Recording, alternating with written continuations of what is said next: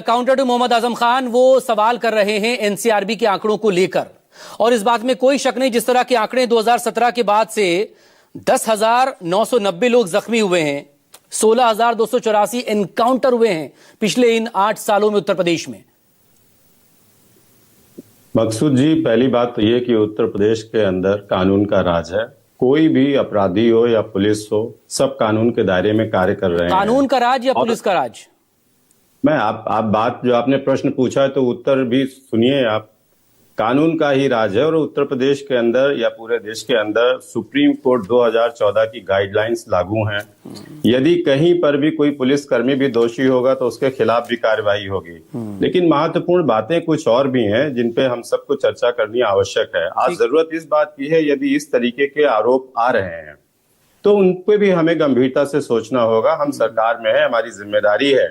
यदि हम पर कोई भी ऐसा आरोप लग रहा है, चाहे वो झूठा ही है, लेकिन हमें उसका सत्यता से और निष्पक्षता से उसका जवाब देना होगा। तो मैं आपसे 2 बातें यहाँ कहना चाहूंगा। एक तो इस बात की आवश्यकता है कि यदि कहीं पर कोई भी ऐसी आपको आपत्ति लगती है या किसी को भी कि ये अपराधी के ऊपर नहीं हुआ है या ये आदमी बेकसूर था, तो हमेशा कोर्ट के दरवाजे सभी के लिए खुले हैं।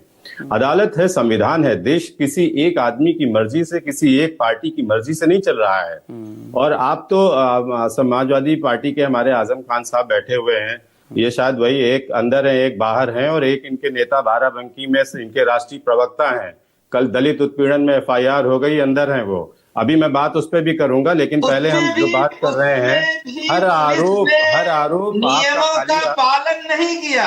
उसमें भी पुलिस ने नियमों का पालन नहीं किया। अनुपम जी को कंप्लीट कर लेने दीजिए, फिर आप बोलिएगा। आप अगर कस्टडी में लेना चाहते हैं तो उसके कुछ नियम और कानून है, उसमें भी पुलिस ने नियमों का पालन नहीं किया। उसमें जैसे पुलिस अपहरण कर रही है, पुलिस क्या गुंडा है कि अपहरण करेगी? आपको गिरफ्तार करना है, बिल्कुल गिरफ्तार करिए।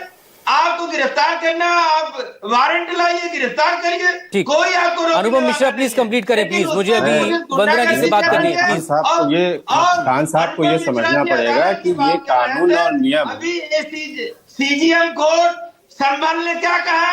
अनंत चौधरी सहित 19 लोगों पे FIR करने को कहा। प्लीज वंदना सिन्हा जी, हाईकोर्ट चले गए। वंदना सिन्हा जी, जो आंकड़े हैं, हाँ या please Anupam please complete 30 second में कर दीजिए प्लीज। फाइनल कमेंट लेना है मुझे। एक तो ये है कि पुलिस के लिए कोई भी कानून और नियम समाजवादी पार्टी के कार्यालय से नहीं तय होंगे, और स्टूडियो के अंदर आवाज ऊंची करने से जो सत्यता है उसको आप छिपा नहीं पाएंगे।